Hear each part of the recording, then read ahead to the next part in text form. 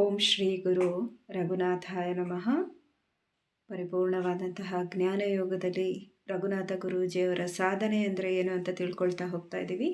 ಇಲ್ಲಿ ನಿಮಗೆ ಇವತ್ತು ನಾವು ದತ್ತಾತ್ರೇಯರ ಯೋಗ ಶಕ್ತಿಯನ್ನು ರೂಢಿಸ್ಕೊಳ್ಳೋದು ಹೇಗೆ ಅನ್ನೋದನ್ನು ತಿಳಿಸ್ಕೊಡ್ತಾ ಹೋಗ್ತಾ ಇದ್ವಿ. ಏನು ವಿಶುದ್ಧಿ ಚಕ್ರದಲ್ಲಿ ವಿಷ ಅನ್ನೋದು ಇರಲ್ಲ, ಅಮೃತತ್ವ ಅನ್ನೋದನ್ನು ಬೆಳೆಸ್ಕೋಬೇಕಾದ್ರೆ ಪ್ರತಿಯೊಬ್ಬ ಸಾಧಕನೂ ಸಹ ತನ್ನ ಸಾಧನೆಗೆ ಅನುಗುಣವಾಗಿ, ಚೈತನ್ಯಕ್ಕೆ ಅನುಗುಣವಾಗಿ ಬಲವಾದಂತಹ ಯೋಗವನ್ನು ಬೆಳೆಸ್ಕೋಬೇಕು ಅಂತ ಹೇಳಿದ್ರೆ ಆತ ಒಳ್ಳೆಯ ವಾತಾವರಣವನ್ನು ಇರಿಸ್ಕೋಬೇಕು. ಮತ್ತು ಸುತ್ತಲಿನ ವಾತಾವರಣ ಅನ್ನೋದು ಏನಿರುತ್ತೆ ಅದನ್ನು ಪರಿಶುದ್ಧವಾದಂತಹ ಚೈತನ್ಯದಲ್ಲಿ ಕೂಡಿಸ್ಕೊಳ್ತಾ ಹೋಗ್ತಾ ಇರಬೇಕು. ಅಂದರೆ ಒಳಗಿನ ವಾತಾವರಣ ಮತ್ತು ಹೊರಗಿನ ವಾತಾವರಣ ಅನ್ನೋದು ಏನು ಹೇಳ್ತೀವಿ ಅದು ಬಲವಾಗಿ ಕೂಡಿಸ್ಕೊಂಡಾಗ್ಲೇ ಆಧ್ಯಾತ್ಮಿಕತೆ ಯೋಗ ಅನ್ನೋದು ಭದ್ರ ಬುನಾದಿಯಾಗಿ ಒಂದು ಆತ್ಮ ಚೈತನ್ಯವನ್ನು ಬೆಳಗಿಸ್ಕೊಡ್ತಾ ಹೋಗುತ್ತೆ ಅನ್ನೋದು ಇದರ ಮೂಲ ತತ್ವ ಆಗಿರುತ್ತೆ. ಅದನ್ನು ತಿಳ್ಕೊಳ್ತಾ ಹೋಗೋಣ. ನಮಗೆ ಇಲ್ಲಿ ರಘುನಾಥ ಗುರೂಜಿಯವರು ಯಾವ ರೀತಿ ಸಾಧನೆ ಮಾಡಬೇಕು ಅಂತ ಹೇಳ್ತಾರೆ. ಮನಸ್ಸಿಟ್ಟು ಮಾಡು, ಏನೇ ಮಾಡಿದ್ರೂ ಸಹ ಮನಸ್ಸಿಟ್ಟು ಮಾಡಬೇಕು. ಒಂದು ಮಂದಿರ ನಿರ್ಮಾಣ ಮಾಡಬೇಕು ಅಂತ ಹೇಳಿದ್ರೆ ಅಲ್ಲಿ ಎಷ್ಟೋ ಒಂದು ಸಂಕಲ್ಪಗಳು ಕೊಡ್ತಾ ಇದೆ, ಎಷ್ಟೋ ಒಂದು ಭಕ್ತಿ ಯೋಗದ ಮೂಲ ಕೊಡ್ತಾ ಇದೆ, ಮತ್ತು ಶಕ್ತಿಯುತವಾದಂತಹ ಆಲೋಚನೆಗಳು ಕೊಡ್ತಾ ಇದೆ. ಹಾಗೆಯೇ ನೀನು ಭಗವಂತನ ಒಂದು ಗುಣಗಳನ್ನು, ಆತನ ಚೈತನ್ಯ ಯೋಗವನ್ನು ಪರಿಚಯಿಸ್ಕೊಳ್ಬೇಕು ಅಂತ ಹೇಳಿದರೆ ನಿನ್ನಲ್ಲಿ ಆತನ ಕಡೆಗೆ ವಿಶ್ವಾಸ ಇಡಬೇಕು. ಮತ್ತು ರಘುನಾಥ ಗುರೂಜಿಯವರ ಸಾಧನೆಯಲ್ಲಿ ಯಾವತ್ತೂ ಸಹ ಜ್ಞಾನದಲ್ಲಿ ಕೂಡಬೇಕು.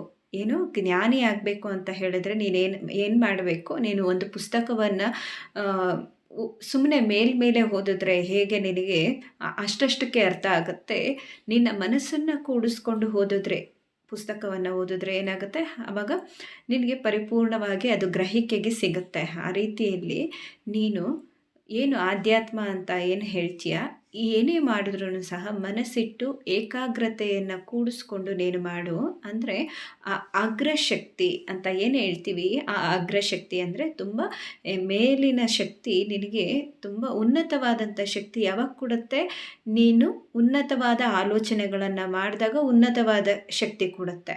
ನೀನು ಯಾವಾಗ ಲೋಯರ್ ಥಾಟ್ ಅಂತ ಏನು ಹೇಳ್ತಾರೆ, ಕೆಳಮಟ್ಟದ ಆಲೋಚನೆಗಳನ್ನು ಮಾಡಿದಾಗ ನಿನಗೆ ಅಲ್ಲಿ ಏನಾಗುತ್ತೆ, ಕೆಳಮಟ್ಟದಲ್ಲಿ ಆಲೋಚನೆ ಮಾಡುವಂತಹವರ ಸಂಪರ್ಕ ಅಂತ ಏನು ಹೇಳ್ತೀವಿ ಆ ಸರ್ಕಲಲ್ಲಿ ಕನೆಕ್ಟ್ ಆಗ್ತೀಯ. ಅಂದರೆ ಇಡೀ ವಿಶ್ವನೇ ಒಂದು ಧರ್ಮ, ಇಡೀ ವಿಶ್ವದ ಧರ್ಮ ಏನಿದೆ ಅಂತ ಹೇಳಿದ್ರೆ ನೀನೇನು ಯೋಚನೆ ಮಾಡ್ತಾ ಇದೆಯೋ ಹಂಗೆ ಸುತ್ತಲಿನ ಒಂದು ಪ್ರಕೃತಿ ನಿನಗೆ ಸ್ಪಂದಿಸ್ತಾ ಹೋಗುತ್ತೆ. ಅಂದರೆ ನೀನು ಇಡೀ ವಿಶ್ವದ ಸಾತ್ವಿಕತೆಯೊಟ್ಟಿಗೆ ನೀನು ಕನೆಕ್ಟ್ ಆಗಬೇಕು, ಅದರ ಮೂಲ ತತ್ವದೊಟ್ಟಿಗೆ ನೀನು ಕನೆಕ್ಟ್ ಆಗಬೇಕು ಅಂತ ಹೇಳಿದ್ರೆ ನೀನು ಅದರ ಮೂಲ ತತ್ವ ಅನ್ನೋದು ಯಾವುದರಿಂದ ಹುಟ್ಟಿದೆ, ಅದರ ಶಕ್ತಿ ಅನ್ನೋದು ಹೇಗೆ ಹುಟ್ಟಿದೆ, ಆ ಸಾತ್ವಿಕತೆಯನ್ನು ನೀನು ರೂಢಿ ಮಾಡಿಕೊಂಡಾಗ ಆ ಬಲ ಅನ್ನೋದು ನಿನಗೆ ಭದ್ರವಾಗಿ ಕೂಡ್ತಾ ಹೋಗುತ್ತೆ. ಅದನ್ನು ಕೂಡಿಸ್ಕೋಬೇಕು ಅಂತ ಹೇಳಿದ್ರೆ ನೀನು ಮುದ್ರೆಗಳನ್ನು ಸಹ ಮಾಡ್ತಾ ಹೋಗ್ಬೋದು ಅನ್ನೋದನ್ನು ರಘುನಾಥ ಗುರೂಜಿಯವರು ಕೊಡ್ತಾ ಹೋಗ್ತಾರೆ. ಮುದ್ರೆಗಳನ್ನು ಪ್ರಾಕ್ಟೀಸ್ ಮಾಡೋಣ.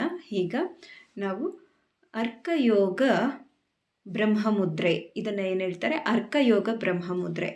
ನಮಗೆ ಈ ಬೆರಳು ಕಿರುಳು ಬೆರಳುಗಳನ್ನು ಲಾಕ್ ಮಾಡಿಕೊಂಡು ಮತ್ತು ಮಧ್ಯದ ಬೆರಳು ಅಂತ ಏನು ಹೇಳ್ತೀವಿ, ಮಧ್ಯದ ಬೆರಳನ್ನು ಕೂಡಿಸ್ಕೋಬೇಕು. ಕಿರು ಬೆರಳನ್ನು ಹೀಗೆ ಲಾಕ್ ಮಾಡಬೇಕು, ಮಧ್ಯದ ಬೆರಳನ್ನು ಕೂಡಿಸ್ಕೋಬೇಕು. ಈ ಬೆರಳುಗಳು ಹೀಗೆ ಇರಬೇಕು.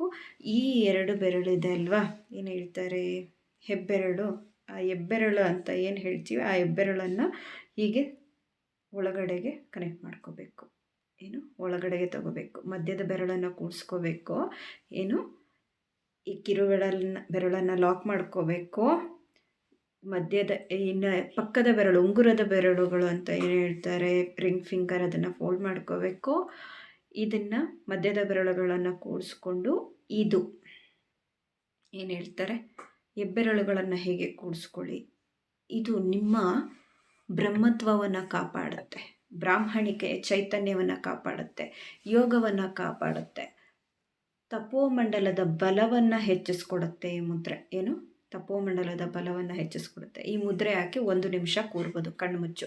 ಪೂರ್ವದ ಕಡೆಗೆ ತಿರುಗಿನೇ ಮುದ್ರೆಗಳನ್ನು ಹಾಕಬೇಕು. ಇದರಿಂದ ಅರ್ಕಯೋಗ ಬ್ರಹ್ಮಜ್ಞಾನ ಶಕ್ತಿ ನಿಮ್ಮಲ್ಲಿ ಬೆಳೆಯುತ್ತೆ. ರಘುನಾಥ ಗುರೂಜಿಯವರ ಸೂತ್ರ ಶಕ್ತಿ, ಪಾತ್ರ ಶಕ್ತಿ ಅನ್ನತ್ತ ಏನು ಹೇಳ್ತೀವಿ, ಸೂತ್ರಧಾರನು ನಮಗೆ ಅವರೇನೆ, ನಾವು ಕೇವಲ ಪಾತ್ರಧಾರರು ಮಾತ್ರನೇ ಅನ್ನೋ ರೀತಿಯಲ್ಲಿ ನಮ್ಮಲ್ಲಿ ಚೈತನ್ಯ ಶಕ್ತಿ ಬೆಳೀತಾ ಹೋಗುತ್ತೆ, ವೃದ್ಧಿಸ್ತಾ ಹೋಗುತ್ತೆ. ಈ ರೀತಿಯಲ್ಲಿ ಮುದ್ರೆಯನ್ನು ಹಾಕಿದಾಗ ನಮಗೆ ದೈವಿಕ ಚೈತನ್ಯ ಕಣಗಳು ಅಂತ ಏನು ಹೇಳ್ತೀವಿ, ಇಡೀ ವಿಶ್ವದಲ್ಲಿ ದೈವಿಕ ಚೈತನ್ಯ, ಇವಾಗ ನಮ್ಮ ಶರೀರ ಅನ್ನೋದು ಒಂದು ಜೀವಕಣಗಳ ರಾಶಿ, ಹೌದಲ್ವಾ? ಹಾಗೆಯೇ ಇಡೀ ವಿಶ್ವದಲ್ಲಿ ದೈವಿಕ ಕಣಗಳು ಒಂದೊಂದು ಹತ್ರ ಇರುತ್ತೆ.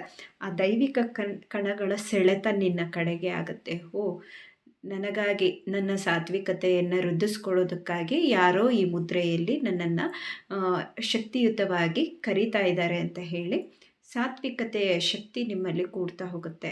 ಒಂದು ಬ್ರಹ್ಮನೇ ಅತ್ಯಂತ ಬಲಾನ ಅಂತ ಹೇಳಿದ್ರೆ ಆತನ ಸೃಷ್ಟಿ ಒಬ್ಬರಿಂದ ಒಬ್ಬರಿಗೆ ವಿಶೇಷವಾಗಿ ಕೊಡ್ತಾ ಇದ್ದಾನೆ. ಒಬ್ಬೊಬ್ಬರನ್ನು ವಿಶೇಷವಾದಂತಹ ಶರೀರಧಾರಿಗಳಾಗಿ, ಒಬ್ಬರ ಮುಖ ಇದ್ದಂತೆ ಇಲ್ಲ ಒಬ್ಬರಿಂದ ಮತ್ತೊಬ್ಬರು ವಿಶೇಷವಾಗಿ ಕಾಣ್ತಾರೆ ಅಂತ ಇದ್ದರೆ ಸಾತ್ವಿಕತೆಯೇ ತುಂಬಾ ಬಲವಾಗಿದೆ. ಏನು ಸಾತ್ವಿಕ ಚೈತನ್ಯ ಶರೀರ ಯೋಗ ಅನ್ನೋದು ಬಲವಾಗಿದೆ. ತಾಯಿಯನ್ನು ಬ್ರಹ್ಮ ಸ್ವರೂಪಿಣಿ ಅಂತ ಹೇಳ್ತಾರೆ, ತಂದೆಯನ್ನು ಬ್ರಹ್ಮ ಯೋಗ ಸ್ವರೂಪದಾರರು ಅಂತ ಹೇಳ್ತಾರೆ. ಅಂದರೆ ಹಿಂದಿನ ಇದು ದೈವ ಭಾಷಾ ಯೋಗ. ಈ ಲ್ಯಾಂಗ್ವೇಜ್ ಅನ್ನೋದು ನಾವೇನು ಕೊಡ್ತೀವಿ ನಿಮಗೆ ದೈವ ಭಾಷಾ ಯೋಗ ಅಂತ ಹೇಳ್ತಾರೆ. ಅಂದರೆ ದೇವತಾ ಭಾಷಾ ಯೋಗದಲ್ಲಿ ಹೀಗೆ ಪದಗಳಲ್ಲಿ ಕಟ್ಕೊಡ್ತಾರೆ. ಏನಂತಾರೆ, ತಾಯಿಗೆ ಬ್ರಹ್ಮಸ್ವರೂಪಿಣಿ ಅಂತ ಹೇಳ್ತಾರೆ. ನಮಗೆ ಜನ್ಮವನ್ನು ನೀಡುವಂತಹ ತಾಯಿ ಬ್ರಹ್ಮ ಯೋಗ ಸ್ವರೂಪದಾರರು ಅಂತ ಹೇಳಿದ್ರೆ ನನ್ನ ಜನ್ಮಕ್ಕೆ ಈ ಶರೀರಕ್ಕೆ ಈ ರೂಪ ಬರೋದಕ್ಕೆ ಕಾರಣ ಆಗಿರುವಂತಹವರು ಸಹ ಬ್ರಹ್ಮನೇ ಅಂತ ಬರುತ್ತೆ. ಅಲ್ಲಿ ತಂದೆನೂ ಬ್ರಹ್ಮನೇ, ತಾಯಿನೂ ಬ್ರಹ್ಮನೇ. ಒಬ್ಬರು ತಿದ್ದುವವರು ಮತ್ತು ಇನ್ನೊಬ್ಬರು ನಮ್ಮ ಚೈತನ್ಯವಾದ ಪೋಷಣೆ ಮಾಡುವವರು ಅಂತ ಬರುತ್ತೆ. ಇದನ್ನೇ ಪಾಲನೆ, ಪೋಷಣೆ, ರಕ್ಷಣೆ ಅಂತ ಹೇಳ್ತೀವಿ. ಆ ರೀತಿಯಾದಂಥ ಶಕ್ತಿಯನ್ನು ಕೂಡಿಸ್ಕೋಬೇಕು ನಾವು. ರಘುನಾಥ ಗುರೂಜಿಯವರ ಅರ್ಕಮಂಡಲ ಬ್ರಹ್ಮ ಚೈತನ್ಯದಲ್ಲಿ ಒಂದು ಆತ್ಮಯೋಗವಾಗಿ ಬೆಳಿಬೇಕು ಅಂತ ಹೇಳಿದ್ರೆ ನಮ್ಮವರೆಲ್ಲ ಏನು ಸಾಧಕರಿದ್ದೀರಿ, ಈ ಮುದ್ರೆಯನ್ನು ಹಾಕಿ 1 ನಿಮಿಷ ಹಿಡಿದು ನೀವು ಕಣ್ಣು ಮುಚ್ಚಿ ಕುಳಿತು ಬಿಡಿ. ಮೊದಲು ಗುರುಧ್ಯಾನ ಮಾಡಿಕೊಂಡೇ ಕೂತ್ಕೋಬೇಕು. 5 ಬಾರಿ ಗುರುಧ್ಯಾನ ಮಾಡಿ ಕೂತ್ಕೋಬೋದು. ಉಷಾಪಾನ ಮಾಡ್ಬೋದು ಅಥವಾ ವಾಟರ್ ಥೆರಪಿ ಅಂತ ಏನು ಹೇಳ್ತೀವಿ ಅದನ್ನು ಮಾಡಿ ಮುದ್ರೆಯನ್ನು ಮಾಡ್ಬೋದು. ಇದರಿಂದ ನಮಗೆ ಯೋಗ ಚೆನ್ನಾಗಿ ಕೊಡುತ್ತೆ. ಬಲವಾಗಿ ಯೋಗ ಕೊಡೋದು ಅಂತ ಹೇಳಿದ್ರೆ ಏನು ಹೇಳ್ತೀವಿ, ಪವರ್ ಆಫ್ ಯೂನಿವರ್ಸ್. ಆ ಯೂನಿವರ್ಸಲ್ಲಿ ಇರುವಂತಹ ಪಾಸಿಟಿವಿಟಿ ಅಂದರೆ ಎಲ್ಲರಿಗೂ ಸಹ ಸರ್ವಮಂಗಳ ಶಕ್ತಿಯನ್ನು ಎತ್ತಿಕೊಡುವಂಥ, ಎಲ್ಲರಿಗೂ ಎಲ್ಲ ಕಾಲದಲ್ಲೂ ಎಲ್ಲ ಸಮಯದಲ್ಲೂ ಒಳ್ಳೆಯದನ್ನೇ ಮಾಡುವಂತಹ ಆತ್ಮಗುಣಗಳು ನಿಮ್ಮಲ್ಲಿ ಬೆಳೆಯುತ್ತೆ. ಇಲ್ಲಿ ನಷ್ಟ ಆಗಲ್ಲ. ಏನೋ ನಾವು ಯಾರಿಗೆ ಒಳ್ಳೇದು ಮಾಡೋಕ್ಕೆ ಹೋದಾಗ ಎನರ್ಜಿ ಲಾಸ್ ಆಗಲ್ಲ. ಅಲ್ಲಿ ವಿಶ್ವ ಯಾರನ್ನ ಅಂಗೀಕರಿಸುತ್ತೆ ಅವರಿಗೆ ಭಗವಂತನ ಚೈತನ್ಯದಲ್ಲಿ ಅನುಗ್ರಹ ಪ್ರಾಪ್ತಿಯಾಗುತ್ತೆ. ಅಂತಹವರಿಗೆ ಮಾತ್ರ ಈ ಮುದ್ರಾಶಕ್ತಿಯಲ್ಲಿರುವಂತಹ ಆತ್ಮಸ್ವರೂಪರು. ನೀವು ಈ ಮುದ್ರೆಗಳನ್ನು ಹಾಕ್ತಾ ಆ ರೀತಿಯಲ್ಲಿ ಯಾರಿಗೆ ನಿಮ್ಮ ಚೈತನ್ಯ ತಲುಪಬೇಕಿರುತ್ತೆ ಅವ್ರಿಗೆ ತಲುಪ್ತಾ ಹೋಗುತ್ತೆ. ಹೀಗೆ ಇದನ್ನು ಅರ್ಕ ಜ್ಞಾನ ಸಾಧನೆ ಅಂತ ಹೇಳ್ತಾರೆ. ರಘುನಾಥ ಗುರೂಜಿಯವರ ಗುರುಮಂತ್ರದಲ್ಲಿ ಸೂರ್ಯಯೋಗ ಅಂತ ನಾವೇನು ಹೇಳ್ತೀವಿ, ರಘುನಾಥ ಗುರೂಜಿಯವರ ಮೊದಲ ಆತ್ಮ ಶಕ್ತಿ ಯಾವುದು, ಅರ್ಕ ಮಹರ್ಷಿ ಆಗಿ ಹುಟ್ಟಿದ್ದು. ಅವರ ಆತ್ಮಶಕ್ತಿಯ ಮಹಾಗುಣಗಳು ಮತ್ತಷ್ಟು ಜನರಿಗೆ ವೃದ್ಧಿಯನ್ನು ಕೊಡಲಿ, ಅಮೃತಮಯವಾದಂತಹ ಆತ್ಮಸ್ವರೂಪರು ಜಗತ್ತಿನಲ್ಲಿ ಉದಯಿಸಲಿ ಅನ್ನೋದು ಇದರ ತತ್ವ. ನೀವು ಬೆಳೀರಿ, ಮತ್ತಷ್ಟು ಜಗತ್ತನ್ನು ಬೆಳೆಸುವಂತಹ, ಬೆಳಗಿಸಿಕೊಡುವಂತಹ ದೈವಿಕ ಆತ್ಮ ಚೈತನ್ಯ ಸ್ವರೂಪರಾಗಿ ನೀವು ಪರಿಪೂರ್ಣವಾದಂತಹ ಜ್ಞಾನ ವೃದ್ಧಿಯನ್ನು ಪಡೆಯಿರಿ. ಅಮೃತಮಯವಾದಂಥ ಶಕ್ತಿಯಲ್ಲಿ ನಿಮ್ಮ ಅಮೃತ ಯೋಗ ಕೂಡಿ ಬರಲಿ. ಅಮೃತಮಯವಾದಂತಹ ಭಕ್ತಿ ಯೋಗದಲ್ಲಿ, ಜ್ಞಾನ ಯೋಗದಲ್ಲಿ ಶ್ರದ್ಧೆಯಿಂದ ಮತ್ತು ಸಾತ್ವಿಕತೆಯ ಗುಣದಲ್ಲಿ ನಡಿಬೇಕು. ನಮ್ಮ ರಘುನಾಥ ಗುರೂಜಿಯವರು ಏನು ರೂಢಿಸ್ಕೊಟ್ರು ನಿಮಗೆ, ಯಾರಿಗೂ ನೋಯಿಸದಂತಹ ಧರ್ಮ ಅಂದರೆ ನಾವು ಇಲ್ಲಿ ಯಾರಿಗೂ ನೋಯಿಸದಂತಹ ಧರ್ಮದ ಆಚರಣೆಯಲ್ಲಿ ನಮ್ಮ ಗುರುಗಳಿಗೆ ಯಾವತ್ತೂ ಸಹ ನೋಯಿಸುವಂತಹ ಆತ್ಮಗಳಾಗಿ, ಯಾಕಾದರೂ ಇವ್ರಿಗೆ ಸಾಧನೆ ಕೊಟ್ಟುವೋ, ಯಾಕಾದರೂ ಇವ್ರಿಗೆ ಒಂದು ಉಪದೇಶಗಳನ್ನು ಕೊಟ್ಟು ಅಂತ ಹೇಳಿ ಭಾರವಾಗುವಂತಹ ಆತ್ಮಗಳಾಗಿ ಹೋಗಬಾರ್ದು.